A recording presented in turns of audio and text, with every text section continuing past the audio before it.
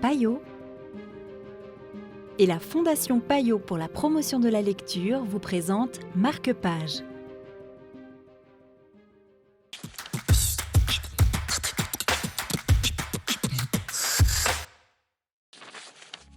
Bonjour et bienvenue dans Marque-Page. Aujourd'hui, nous vous proposons Les Enfants de la Volga de Ghuzal Yakina aux éditions Noir sur Blanc.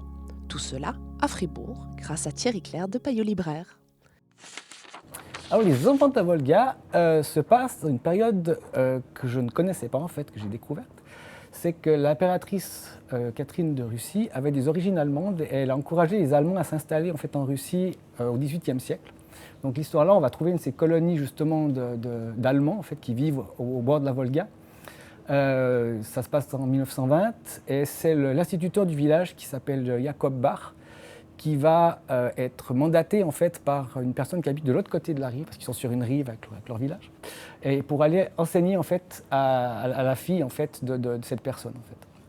Et puis il va tomber amoureux de la fille, il va s'installer avec elle, il va se passer un événement assez désastreux, ils vont avoir une petite fille, et suite à cet événement, il va décider de ne plus parler. Et après, on va suivre l'histoire de cette personne qui vit avec, de Jacob qui vit avec sa fille, en fait, Antje, et qui va retourner dans le village, mais il va lui arriver beaucoup de choses, en fait, puis on va suivre un peu l'évolution de cette colonie, en fait, parce que quand l'Allemagne a commencé à montrer des velléités envers la Russie, Staline a eu peur que les Allemands les Allemands russes se rebellent, donc du coup, ils sont passés dans les camps. Enfin, on va suivre toute l'histoire en fait de ça, justement, de toute cette colonie. Merci beaucoup. Voilà. Depuis ce jour, il ne parla plus. C'était Les Enfants de la Volga de Ghuzal Yakina pour Marque-Page.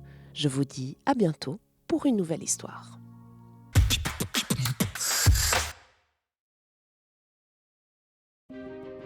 Payot et la Fondation Payot pour la promotion de la lecture vous ont présenté Marque-Page.